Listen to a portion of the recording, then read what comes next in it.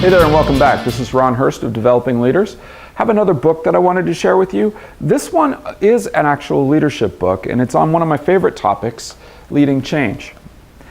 This particular book is written by a gentleman by the name of William Bridges. It's called Managing Transitions. Of all of the books on leadership and change that I have read, Managing Transition remains my favorite and most useful practical resource.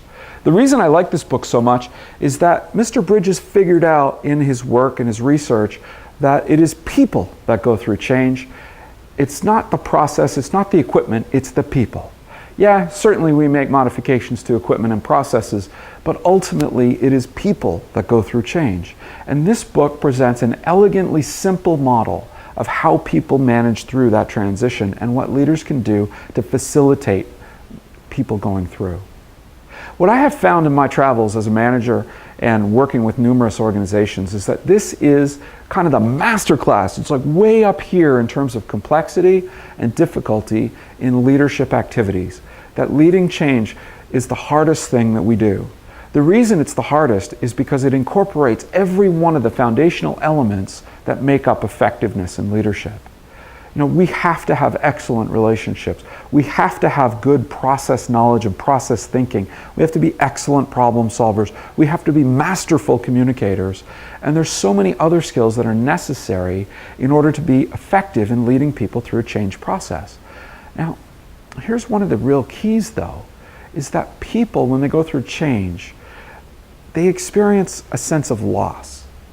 And in fact, you know, for all the people that you know that say, I don't like change, or I hate change, or this person will never change, I can guarantee you this.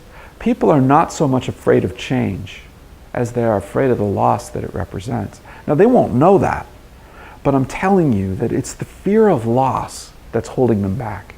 And often what we do is we try and get people to go through change so fast that they can't possibly come with us.